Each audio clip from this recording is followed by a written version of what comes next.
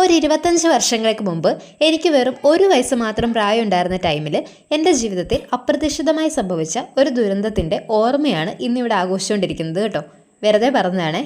ഇതെൻ്റെ അനിയത്തിയാണ്, ഇവളുടെ ബർത്ത്ഡേ ആണ് ആഘോഷിക്കുന്നത് കേട്ടോ. നമ്മളൊരു ചെറിയ കേക്കൊക്കെ വാങ്ങിച്ച് വീട്ടുകാർ മാത്രമായിട്ട് ഒരു ചെറിയ ആഘോഷം നടത്തിയിട്ടുണ്ടായിരുന്നേ.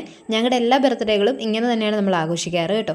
എനിക്ക് തോന്നിയിട്ടുണ്ട് നമ്മളെല്ലാവരെയും വിളിച്ച് വലിയ ആഘോഷങ്ങളൊക്കെ നടത്തുന്നതിനേക്കാൾ നമ്മുടെ മനസ്സിൽ എന്നും തങ്ങി നിൽക്കുന്നത് ഇതുപോലുള്ള ചെറിയ ചെറിയ ആഘോഷങ്ങളായിരിക്കും കേട്ടോ. നമ്മുടെ വീട്ടുകാരും നമ്മുടെ തൊട്ടടുത്തുള്ള ആൾക്കാരും മാത്രമായിട്ടുള്ള കുഞ്ഞു കുഞ്ഞു ആഘോഷങ്ങൾ നമ്മുടെ മനസ്സിൽ എന്നും ഇങ്ങനെ മായാതെ നിൽക്കുമല്ലേ.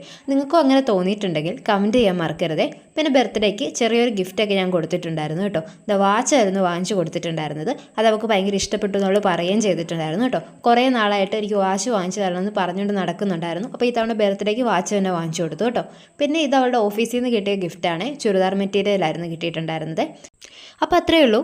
Thanks for watching. Stay tuned.